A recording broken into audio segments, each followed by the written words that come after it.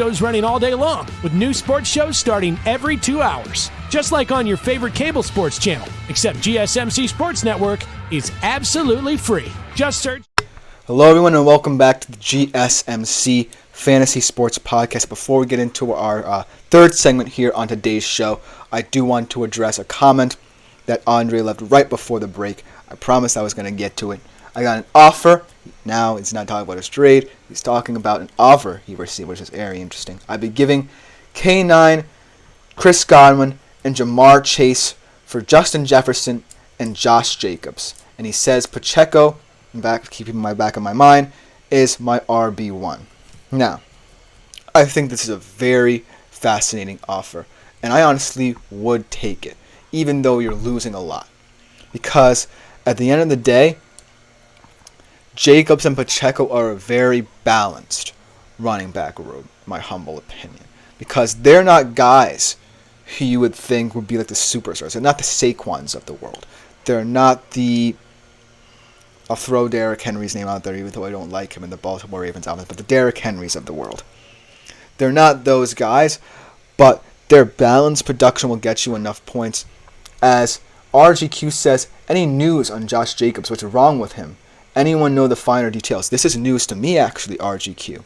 Thank you for talking about this, because I do not know what is wrong with Josh Jacobs. I only know about the whole Jordan Love situation, but if anyone has any news, I will be glad to hear about and comment on Josh Jacobs as well, if any subsequent news about him, because this is news to me. I'm just hearing about this in real time. But going back to the trade as well, because if anyone does have any information about Justin Jefferson and Josh Jacobs, my whole opinion about this trade could potentially change.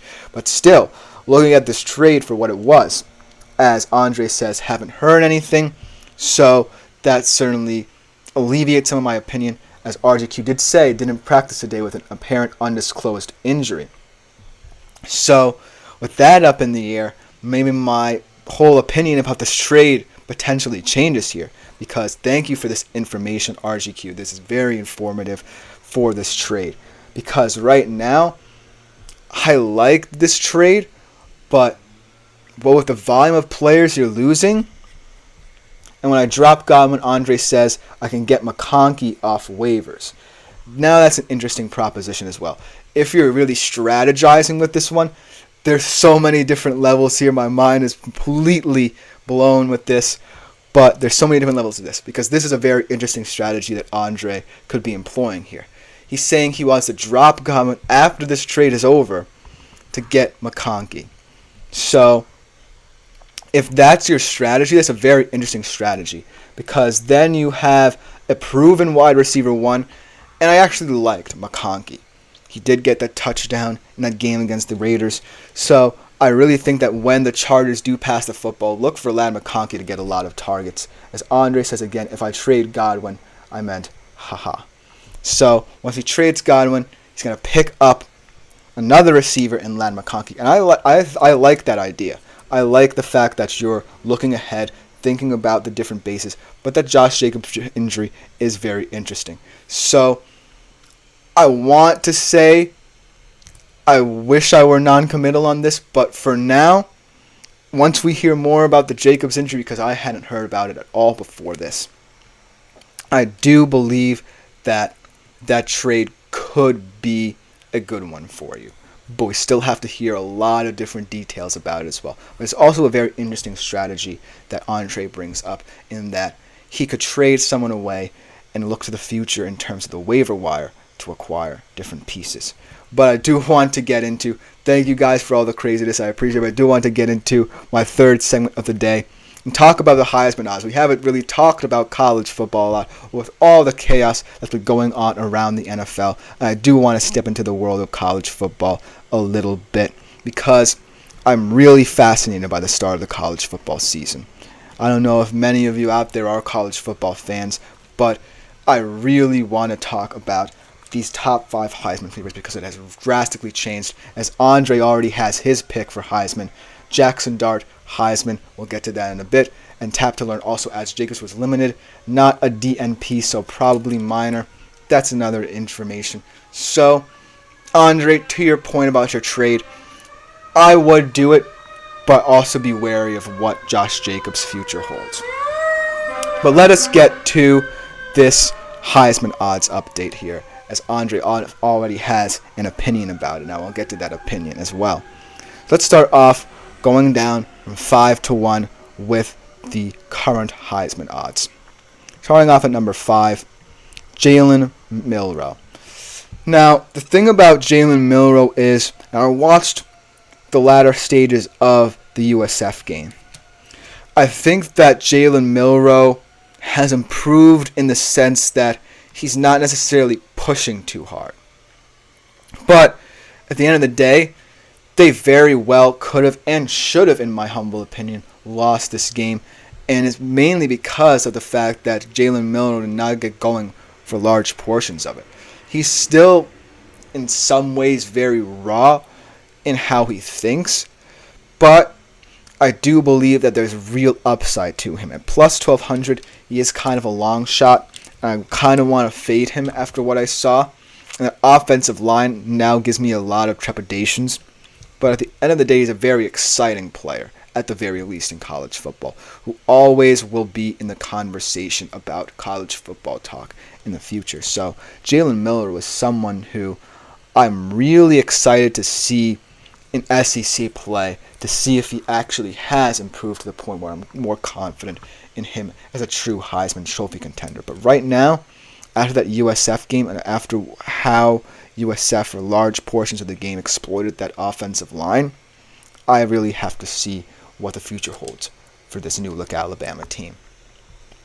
Then at number 4, as RGQ says, oh right, my bad, or the article wrong. No worries, RGQ. You are a very integral part of today's show, because I would not have been well equipped to talk about the Jacobs injury because I had no idea about it. So thank you all for your comments about the status of Josh Jacobs for this week. Going back to my segment about Heisman odds here, because I really want to get into college football. I know you guys are really excited about fantasy football, but let's get back to the subject at hand here. And number 4, I'm going back to Andre's comment because this is his guy, Jackson Dart. At plus 900, this is where things get interesting, right? Because Jackson Dart has by far looked like perhaps the most impressive college football player and quarterback, at the very least, in all of college football. And I think that will continue because Ole Miss will be in a lot of shootouts in SEC play where they're going to rely on the arm talent of Jackson Dart to get them wins.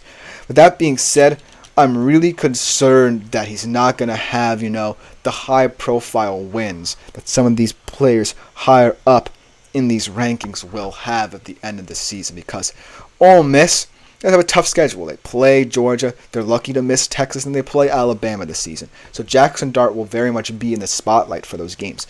And it's really telling that the first 2 games, yes, he put up big numbers, but they were against much more inferior opponents than some of these guys higher on this list. So keep that in mind for Jackson Dart. He will be in the conversation because of the conference he plays in and because of the high-stakes games he will be playing in as a result. But as of right now, he is someone who I'm going to have to wait and see, because his odds could be very volatile as the weeks go on.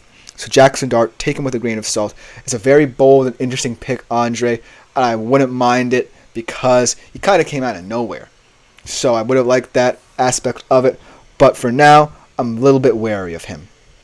And number 3, though, this is a guy who also kind of rose through the ranks unannounced a little bit and truly has an interesting case at this current moment to be the Heisman winner, Cam Ward. He has somewhat of a high-profile win. We'll have to see how Florida plays out because they have one of the toughest, if not the toughest schedule in recent memory in college football history. So that win will have to play itself out. But right now, Cam Ward looks like one of the most comfortable quarterbacks in the country. And sometimes that's what a team like Miami needs. For many years, they've been trying to find the answer, and Cam Ward might just be it. He just seems so poised and composed and nonchalant. It's almost like it's coming easy to him being the quarterback at Miami. And with that receiving core, with guys who are available to him, and with the impression that the O-line has made this year so far, I really like Cam Ward. That defense will be called into question in ACC play, but right now, looking at the ACC, there feels like really no one that can truly contend with what Miami brings to the table. we'll have to see in real time, but Florida State, Clemson clearly look very vulnerable this year. And so the wide open nature of the ACC could lead Cam Ward to have a quote-unquote easy path to the Heisman. But at plus 800, he's sitting right where he feels kind of comfortable, like just right candidate for if either of these top two guys falter, because they also have very tough schedules ahead of them. But at number 2, feels like the most comfortable pick here, Carson Beck. At plus 900, he's not necessarily the sexiest option in terms of fantasy odds. He's not someone who's eye-popping. His story is not one in which you can get behind him that much as someone who has sat and waited and finally gotten his thing. But what I will give him is that as a pure pocket passer, as an accurate guy, he's going to have a lot of opportunities to put up big numbers in games of consequence, most importantly. He's still playing Texas. He could play Texas as much as 3 times this year. He could play them in the regular season, the SEC championship game, and if they were to meet again in the national championship, or however they're seeded. Carson Beck will be playing in a lot of big games. He can still play Alabama. He can still play new SEC member Oklahoma as well. So there's a lot of opportunity for Carson Beck here. With that being said, the number one guy, who you guys probably are tired of me talking about, has a storyline.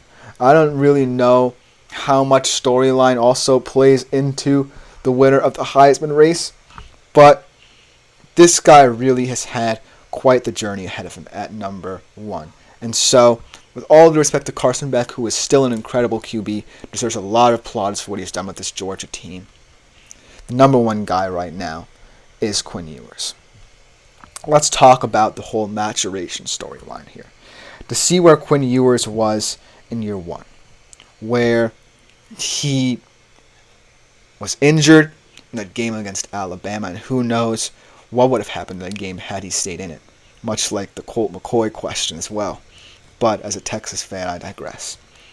Getting to the point where he is now, where in the past 2 seasons, in consecutive week 2s, he has gone into a quote-unquote superior or considered superior for longer stretches of time team's house and taken them down in such dominant fashion. And not only that, but with different teams, understanding how complicated Sark's game plans can be, and really understanding them to the point where he's putting up big numbers.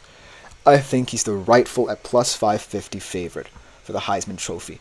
Until, I see him against a Georgia, and maybe even on a neutral field against, say, an Ole Miss even.